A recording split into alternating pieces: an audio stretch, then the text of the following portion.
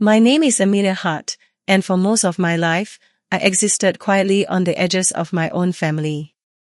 Not ignored in an obvious way. Not mistreated loudly. Just never chosen. If you'd asked my parents, they would have said they love both their children equally. And maybe, in their own way, they believed that. But love doesn't live in words. It lives in decisions. And every decision in our house made one thing clear: my brother mattered more.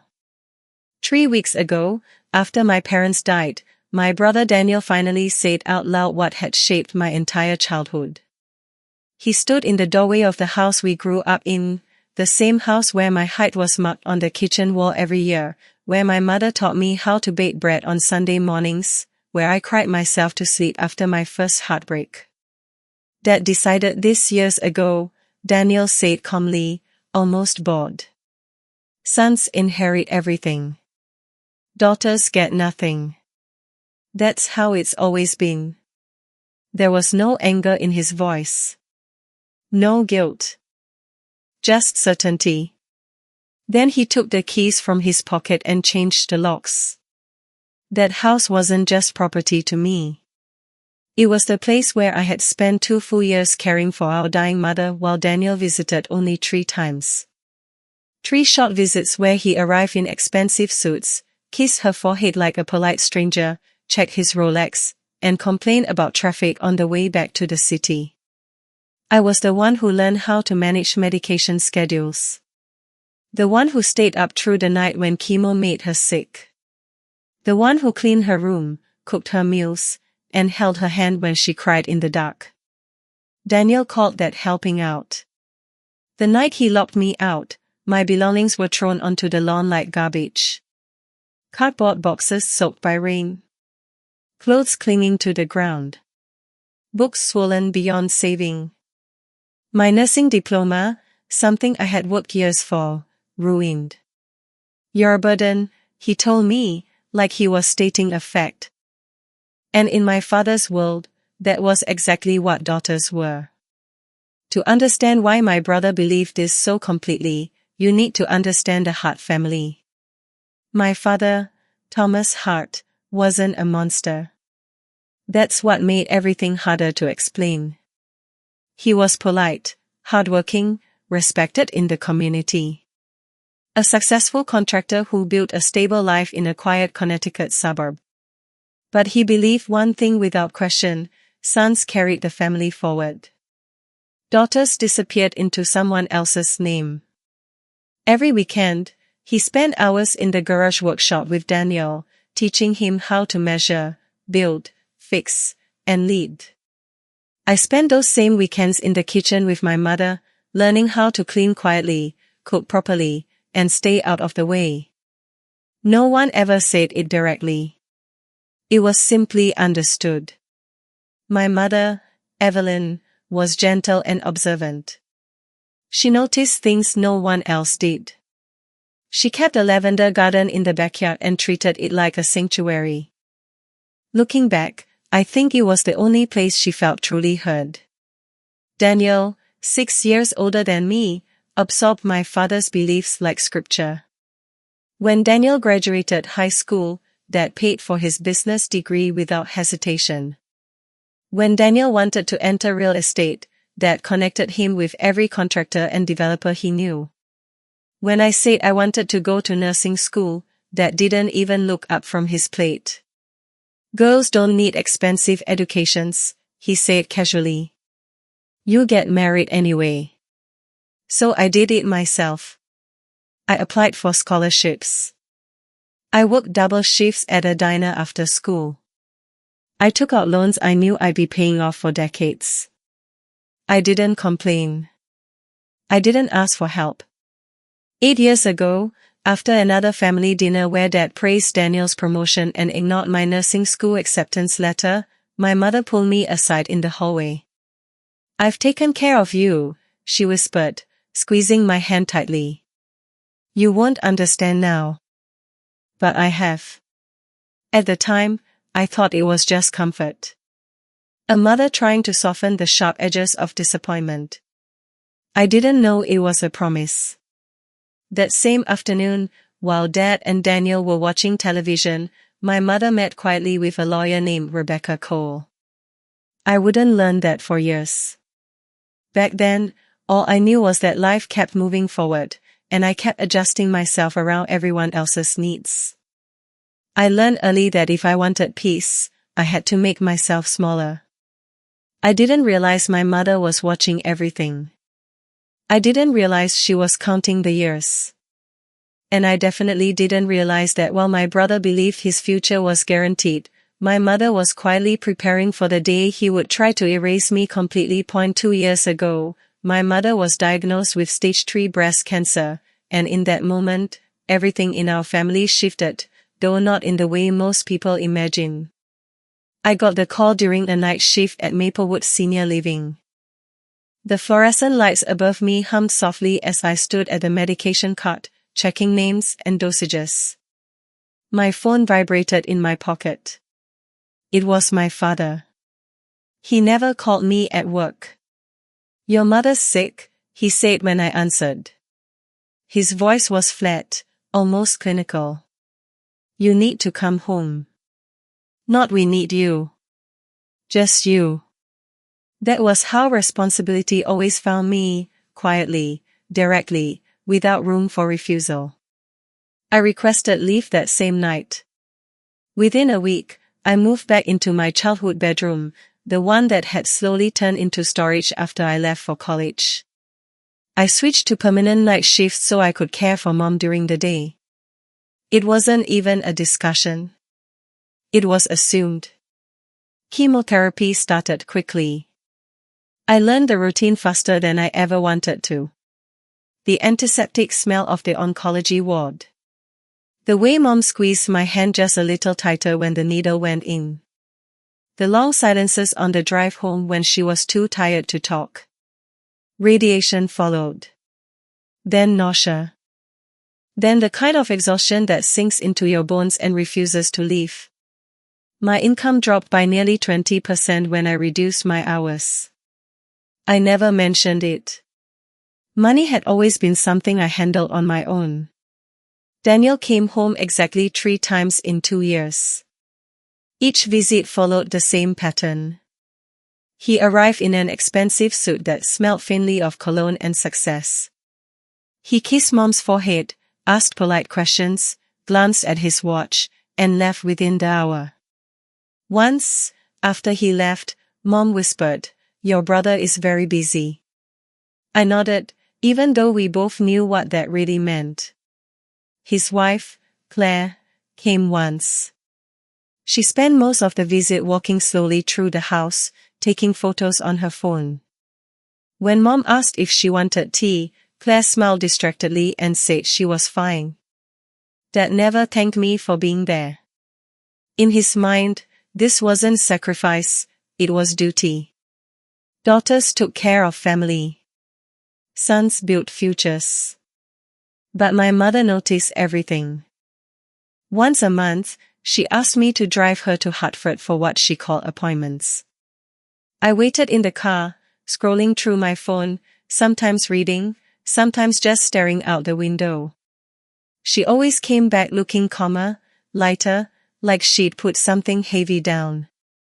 One night, as I helped her into bed, she held my wrist gently and said, "Whatever happens, Amelia, remember, you showed up." I smiled and told her not to talk like that. She was getting better. She smiled back, but her eyes stayed serious. That Thanksgiving was the last one Mom was strong enough to host. She insisted on cooking, even though it exhausted her. The table was set with the good plates. Dad carved the turkey. Daniel talked about a new investment property. Halfway through dinner, Claire turned to me with a thin smile. "Have you ever thought about doing something with more upward mobility?" she asked lightly. "You can't wipe old people forever." "I'm a registered nurse," I replied quietly. "I help people." There was an awkward pause.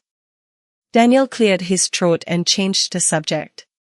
Later that night, as I was cleaning dishes in the kitchen, I overheard Daniel talking to Dad in the hallway. "She's just here until Mom's gone," he said. "Dad promised everything to me anyway." My hands froze in the sink. I didn't confront him. I never did. Confrontation felt pointless when the rules were already written. 6 weeks ago, Mom was declared cancer-free. The doctor used words like remarkable and strong response. We celebrated quietly that night. Mom allowed herself a small glass of champagne for the first time in 2 years. She looked at me and said, "No matter what happens next, I need you to remember something." I laughed and told her nothing bad was going to happen. 4 weeks later, my parents were killed in a car accident on I-95. A truck driver fell asleep at the wheel. The police said it was instant. I got the call during another night shift. By the time I reached the hospital, there was nothing left to do. Grief does strange things to time. The days after my parents' deaths blurred together into something shapeless and heavy. I moved through them on instinct alone, answering phone calls, signing papers, standing in rooms filled with sympathy I didn't know how to accept. People kept telling me how strong I was. I didn't feel strong. I felt hollow. The funeral was held 4 days later. Daniel stood at the front of the church in a black suit that fit him perfectly, like it had been tailored just for this moment. He spoke for nearly 10 minutes about our father, about his work ethic, his discipline, his pride. He told stories about business deals and leadership lessons. He mentioned my mother twice. Once to thank her for supporting Dad. Once to say she was devoted to her family. I sat in the second row, hands folded tightly in my lap, staring straight ahead. I told myself not to cry. Crying felt like something I could do later, in private, when no one was watching. After the service, people hugged me and said things like, "At least you have your brother." I nodded, because explaining the truth felt too exhausting. It didn't take long for Daniel to pull me aside. "The house situation," he said quietly, like we were discussing groceries. "It's better if we handle that quickly." I stared at him, still numb. "We can talk later," I said. He nodded once. "You have a week." The words didn't fully register at first. I stayed in the house after the funeral, sleeping in my childhood bedroom, surrounded by the same walls that had watched me grow up and shrink myself over and over again. At night, the silence was unbearable. Every creak of the floorboards sounded like my mother's footsteps. Every shadow felt like my father standing in the doorway. 2 days later, I came home from the grocery store and my key didn't work. I tried again. And again. That's when I noticed a small silver tag on the lock, the kind locksmiths leave behind when something's been changed. My stomach dropped. My belongings were stacked neatly, but coldly, on the front lawn. Cardboard boxes sagged under the weight of rain-soaked clothes. A garbage bag had split open, spilling my shoes onto the grass. One box had tipped over completely, its contents scattered like they'd been discarded without thought. I stood there for a long moment, unable to move. Through the front window, I saw Claire walking through the living room with a glass of red wine. She paused when she noticed me outside. Our eyes met. She smiled. I knocked on the door. Harder than I meant to. Daniel opened it just enough to step outside and close it behind him. "This is illegal," I said, my voice shaking. "You can't just lock me out." He sighed, like I was inconveniencing him. "The house is legally mine now," he replied. "Dad's will is very clear." "What about Mom?" I asked. "She didn't handle financial matters," he said dismissively. "You have 24 hours to take your things." I felt something crack open in my chest. You didn't even wait a week, I said. He shrugged. It's cleaner this way. I sat on the wet grass and began sorting through my things, trying to salvage what I could. That's when I found the envelope. It was tucked inside one of my mother's old books, protected by plastic. The handwriting was unmistakable. For Amelia, when the time comes. My hands trembled as I held it. I didn't open it there. I called Susan Foster, the head nurse at Maplewood, and the closest thing I'd ever had to a mentor. She didn't ask questions. She just said, "Come here." That night, in the quiet of her guest room, I opened the letter. "My darling Amelia," it began. "If you're reading this, then things have unfolded exactly as I feared they might." Tears blurred the words. "Contact Rebecca Cole. She has everything you need. You were never a burden. You are my heart." I read it 3 times, like the words might disappear if I didn't memorize them. The next morning, I called Rebecca Cole. Her voice was calm, steady. "I've been expecting your call," she said. She asked me to come in. She told me to bring nothing but myself. Before I hung up, she added one more thing: "Your mother was very thorough." 3 days before the will reading, Daniel called me. His tone was different, almost friendly. "I don't want things to get messy," he said. "I can offer you $10,000. Sign everything away. We both move on." I thought of my soap diploma. Of my mother's letter. I said no. Rebecca Cole's office didn't look the way I expected a lawyer's office to look. There were no dark wooden walls or intimidating shelves of law books. Instead, sunlight streamed through tall windows, and the furniture was simple and clean. Everything about the space felt calm, intentional. Like someone who didn't need to prove authority, because they already had it. Rebecca stood when I entered. She was in her late 40s, sharp-eyed, with the kind of posture that suggested she listened more than she spoke. She shook my hand firmly and gestured for me to sit. "I'm sorry for your loss," she said. Then, after a brief pause, "Your mother was a remarkable woman." That sentence alone nearly broke me.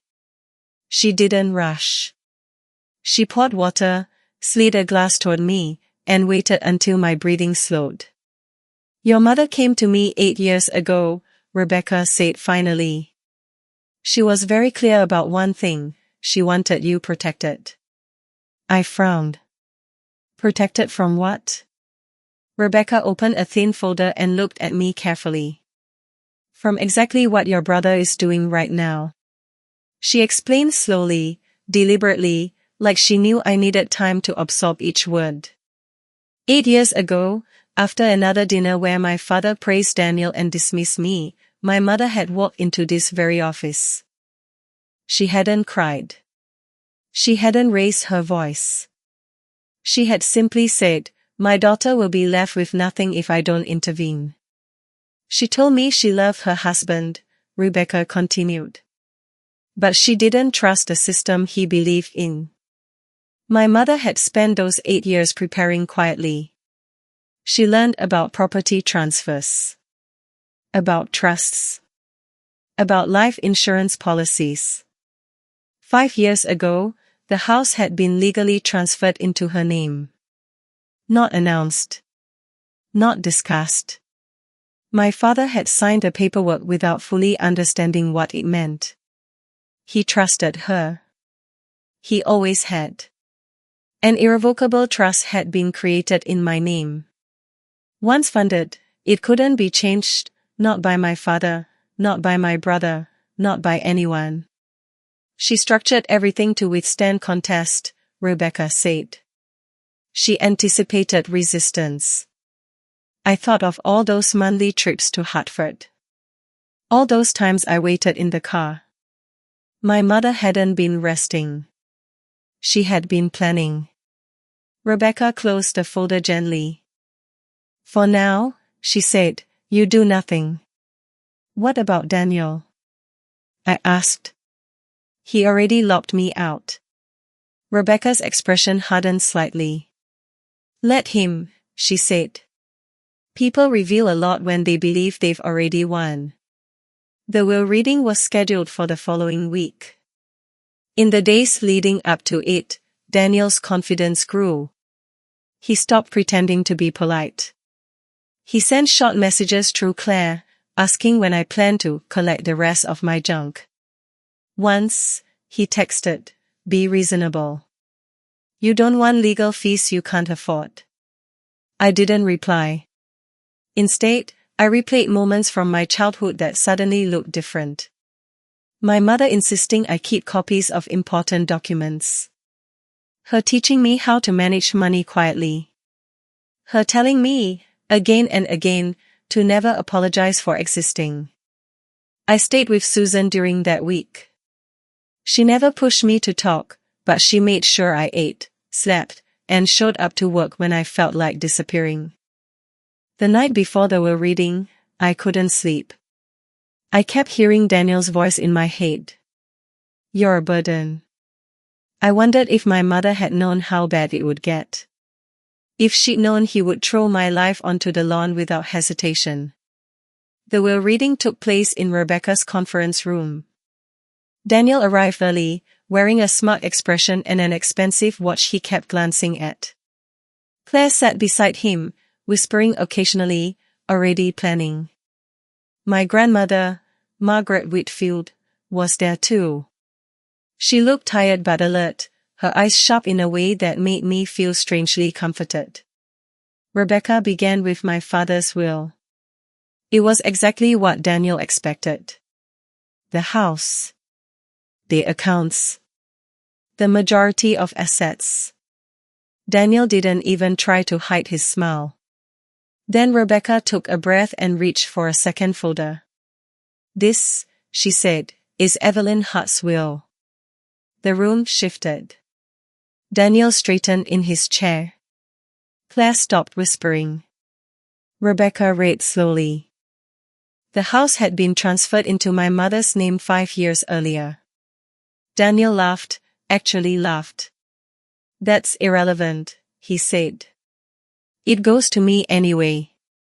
Rebecca looked at him calmly. No, she replied. It doesn't. She continued reading. An irrevocable trust, valued at $1.2 million, had been created in my name. A life insurance policy worth $500,000 named me as the sole beneficiary. Daniel's face drained of color. That's not possible, he said, standing abruptly. She wouldn't do that. Rebecca met his gaze. She already did. The room fell silent. Claire reached for Daniel's arm. He pulled away. My grandmother let out a long, quiet breath. For the first time in my life, I wasn't the one shrinking in that room. Daniel sat down heavily, his certainty shattered.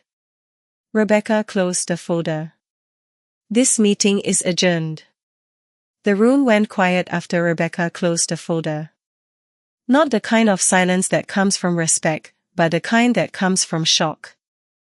The kind that comes when a person realizes their entire world was built on a lie.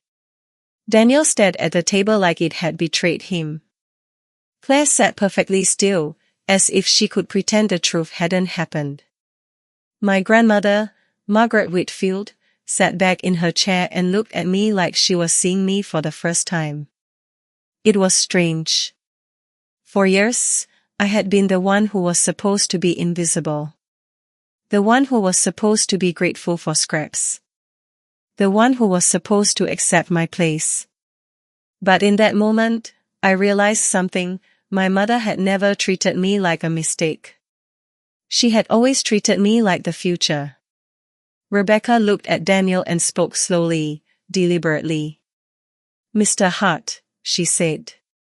You may believe your father's will gives you the right to everything.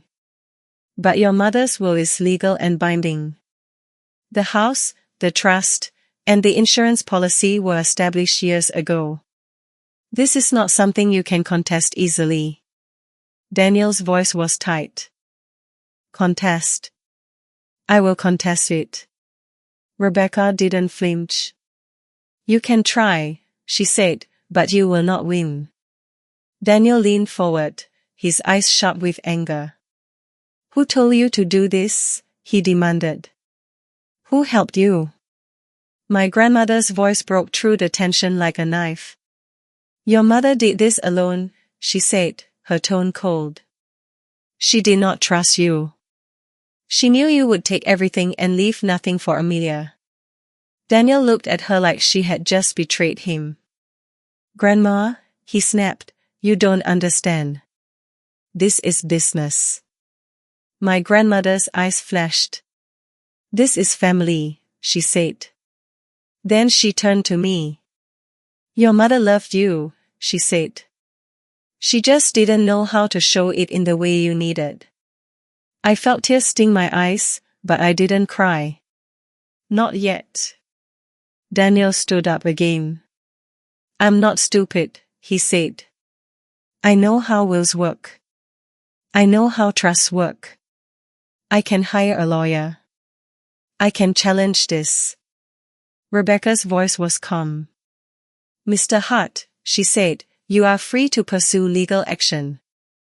But I have to warn you, the trust is irrevocable. It cannot be changed. The assets are already secured. The court will not overturn your mother's decision unless there is proof of fraud or coercion. Daniel's jaw tightened. He looked at me, and I saw the real reason he was angry. It wasn't just about money. It was about power. For years, he had been told he was entitled to everything. He had built his life on the assumption that he was the chosen child. Now, for the first time, that assumption had been taken away. His eyes narrowed. You didn't tell me she was sick, he said, turning to my grandmother. You didn't tell me she was sick. I could have been there. I could have helped. My grandmother stared at him with disgust. You didn't care, she said. You didn't visit. You didn't help. You didn't even ask. Daniel's face turned red. I was busy, he snapped. I have a life. I have a career. Rebecca looked at him with a quiet intensity. You have a history of neglect, she said. Your mother knew that. She did not trust you with her legacy. Daniel's shoulders shook. He looked like a man trying to hold back a tidal wave. Claire reached out to touch his arm. Daniel, she whispered. Don't embarrass yourself. But Daniel wasn't listening to her anymore. He was listening to the part of him that realized he had been outsmarted by a woman he believed was weaker than him. He looked at me again. Why didn't you tell me? He demanded. Why didn't you tell me about the trust? About the house? I took a deep breath. Because the truth was something I had never said out loud. Because I didn't want to admit how much I had suffered. Because I didn't want to give him the satisfaction of knowing he had hurt me. But in that moment, I realized I had nothing left to lose. I didn't know, I said quietly. I didn't know anything. My mother kept it secret. She didn't trust you.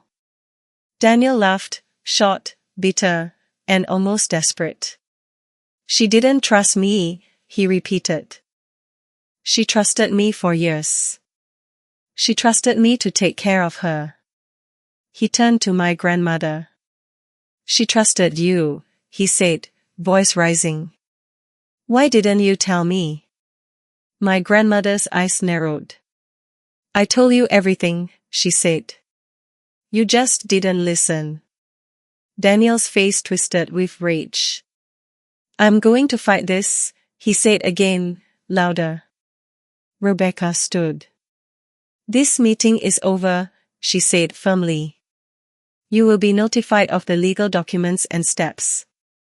Until then, I advise you to stay away from the property.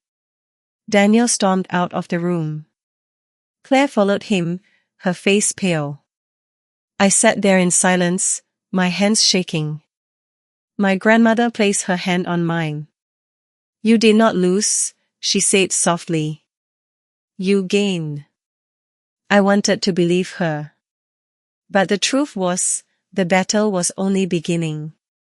Daniel wasn't the type of person who accepted defeat. He was the type who made other people pay. The moment Daniel stormed out, I felt the weight of the room settle back onto my shoulders. Not because I was afraid of him, but because I knew what he was capable of. Daniel wasn't the kind of person who accepted defeat. He was the kind who made other people pay for it. I had seen it in small ways for years. The way he demanded respect from our parents, the way he treated their kindness as his right. The way he treated me as a convenience. Now, with the will reading behind us, he had nothing left to lose. Rebecca's words echoed in my mind, the trust is irrevocable. The assets are secured. But I knew Daniel would still try. Because he didn't just want the money. He wanted the satisfaction of proving he was right. He wanted to prove that he could still control the story. That night, I went home to my grandmother's house. She lived alone in a small apartment not far from our old home. The place was quiet, but she had always been the kind of person who didn't need noise to feel safe. She was the one person in my family who had always seen me clearly. We sat in her living room with tea. You know what he'll do, she said quietly. I nodded. He'll try to take you to court, she continued. He'll try to intimidate you. He'll try to make you feel guilty. I'm not going to let him, I said. My grandmother's eyes softened. I know, she said. But you need to understand something. This isn't just about money. It's about the message he's been fed his entire life. I stared at her. What message? I asked. That he is entitled, she said. That you are not. Her words hit me harder than I expected. I had spent my entire life living as if I was less than. As if my existence was a favor to the family. And now, here I was, sitting with the proof that I was not only equal, but deserving. The next morning, Daniel called. His voice was calm. Too calm. Amelia, he said. We need to talk. I didn't respond. Listen, he continued, voice low. I know you're upset. But we can work this out. I'm willing to make a deal. A deal. I repeated, my voice flat. Yes, he said. I can make this easier for you. I can give you a portion of what you're getting now. You don't need to deal with the stress. I laughed softly, because it was almost ridiculous. You want to give me money? I asked. After everything you've done? Daniel hesitated. I'm not saying I'm wrong, he said. I'm saying we can share this. You can share. I repeated. Daniel, you didn't share when Mom was dying. You didn't share when Dad was alive. You didn't share when I was working nights. There was silence on the other end. Then he said, You're making this personal. I took a deep breath. It's personal because you made it personal, I said. Daniel's voice turned sharp. You think you're so smart, he said. You think you're better than me. I'm not better than you, I said. I'm just not going to let you treat me like I'm nothing. There was a pause. Then Daniel said something I will never forget.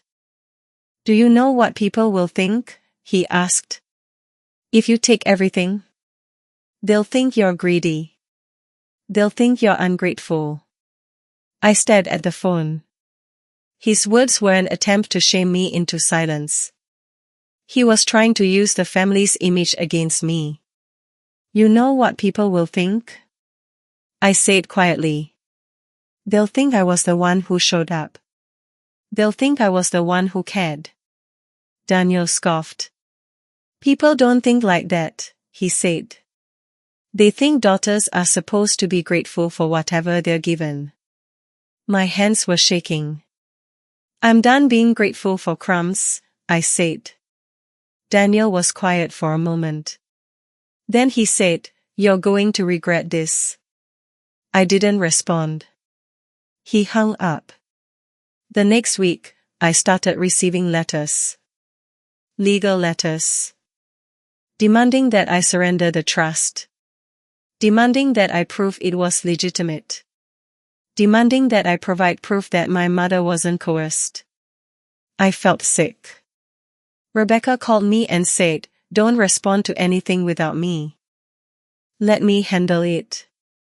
But the truth was, I didn't need her to handle it. I needed her to remind me that I wasn't alone. The legal letters continued. Then came the messages. From Daniel. From Claire. From unknown numbers. You're going to lose everything, one message said. You don't deserve that money, another said. You're ruining the family name, another said.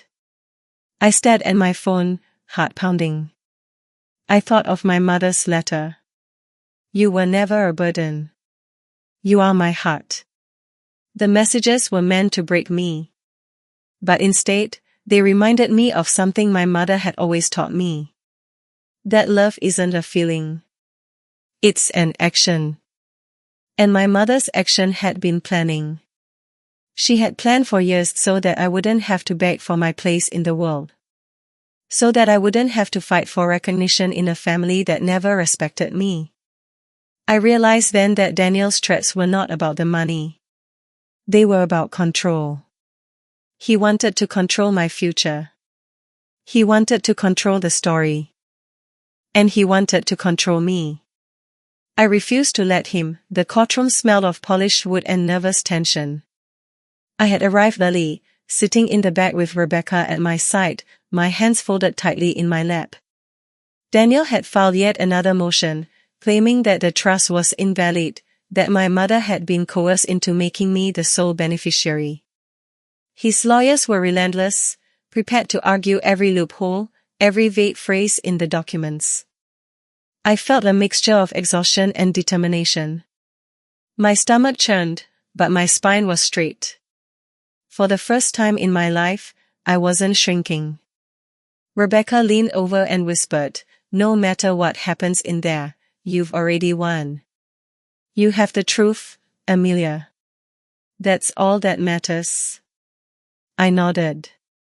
Her words were comforting, but my nerves were still alive with tension. Daniel and his team arrived, sleek suits and smug smiles, pretending everything was normal. He glanced at me briefly, his eyes narrowing. I looked back without flinching. When the judge entered, the room fell silent. The hearing began. Daniel's lawyer went first, reciting rehearsed statements about undue influence and alleged family pressure. They tried to paint my mother as weak, me as opportunistic, and Daniel as the victim. I listened carefully, my mind cataloging every lie, every insinuation. And then Rebecca stood, stepping up confidently to speak for me. Your Honor, she began, her voice steady, the documents presented are clear. There is no evidence of coercion. My client, Amelia, has acted in accordance with her mother's wishes. Every step taken is lawful and intentional. Daniel's face tightened. He shifted in his seat, unable to hide the frustration. Objection, his lawyer shouted. The judge raised a hand. Sustained. Counsel, please remain on topic. Rebecca didn't skip a beat. She presented copies of my mother's letters, photographs, and even recordings that showed how deliberate and thoughtful her planning had been. She emphasized the years I had spent caring for my mother, the sacrifices I had made, the night shifts, the emotional labor, and the small moments of invisibility that I endured without complaint. By the time she finished, the courtroom had shifted. The judge leaned forward, reading through the evidence, and for the first time, Daniel looked small. When it was my turn, I stood. My voice was calm, yet firm. Your Honor, I began, this isn't just about money. It's about respect, honesty, and truth.